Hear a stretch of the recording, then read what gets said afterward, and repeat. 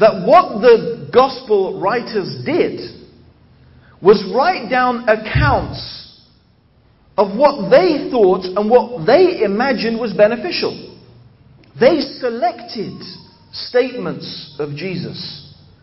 And they selected events that they imagined or that they thought had taken place in the life of Jesus. And they selected it according to what they believed was appropriate.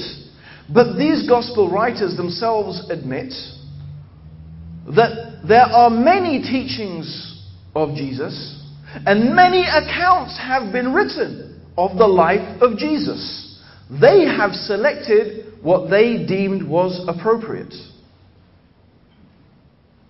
Now, that sort of makes one curious. I wonder what the other accounts of the life of Jesus and the sayings of Jesus said.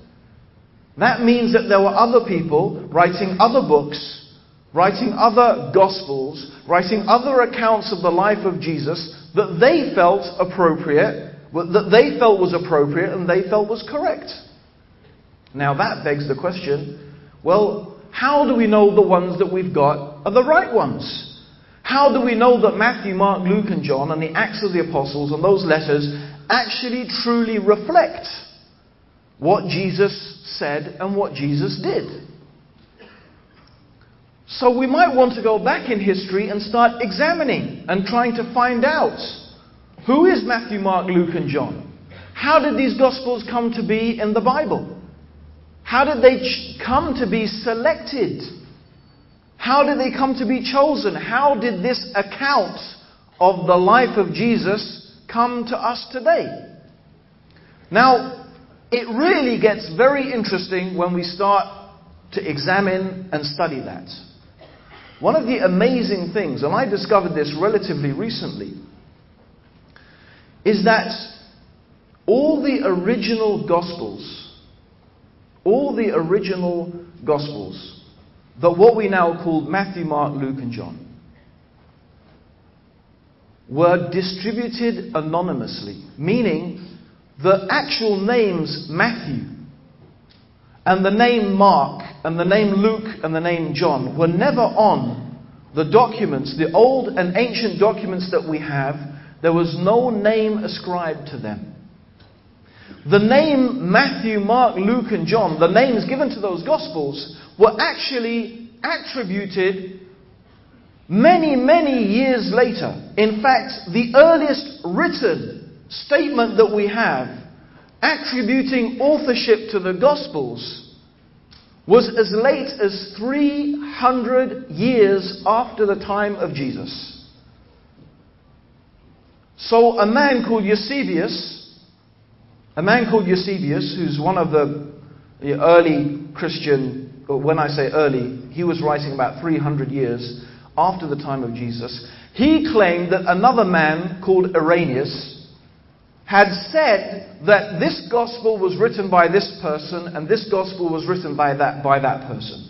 But of course the writings of Irenaeus have not survived. And Irenaeus was writing about 125 years after the time of Jesus. So think about that. Think about that. That's like a bit like having the only copies of the American Declaration of Independence. Imagine that. The American Declaration of Independence, the only copies of it are 300 years later after the event. All we have in terms of manuscript evidence, and this is another point, in terms of actual manuscript evidence, the evidence is very sparse. What a lot of rubbish. Come on, tell the truth to the people here. What a load of rubbish, tell the truth to the people here. That's exactly what I'm doing. Okay?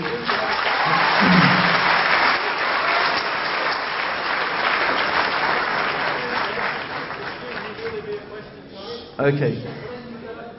So, in fact, you know what? It doesn't matter. Because you know what? You can't make the blind see.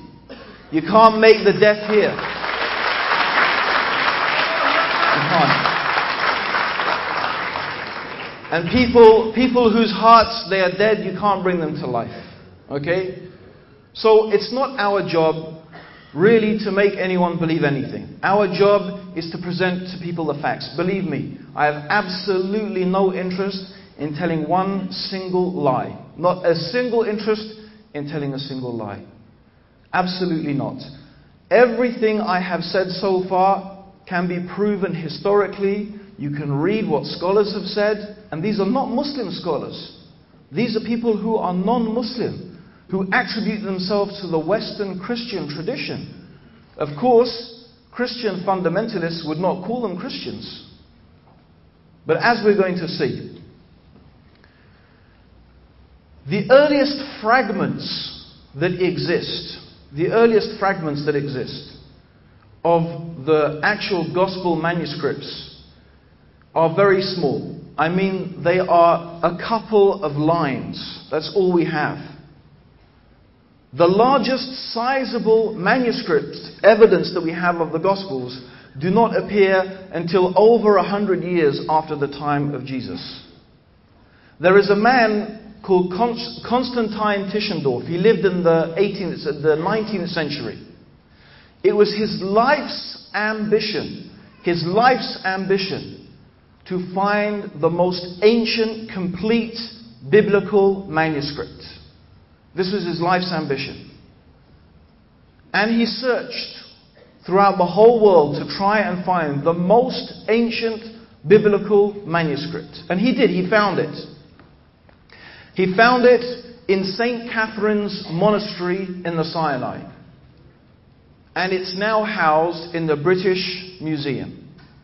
It's called the Codex Sinaiticus. The Codex Sinaiticus. The oldest complete biblical manuscript.